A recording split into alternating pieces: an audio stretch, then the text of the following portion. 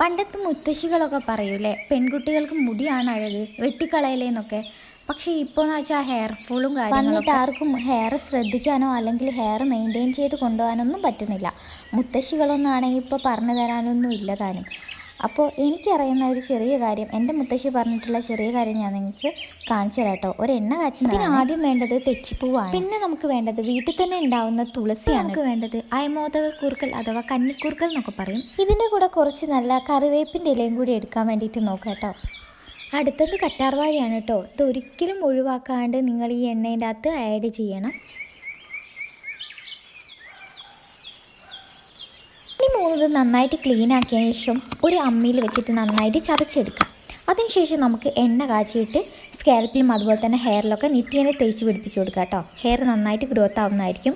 ഇതിൻ്റെ full video നമ്മുടെ ചാനലുണ്ട്, ചെക്ക് ചെയ്ത് കാണാൻ വേണ്ടിയിട്ട് ശ്രമിക്കാം കേട്ടോ.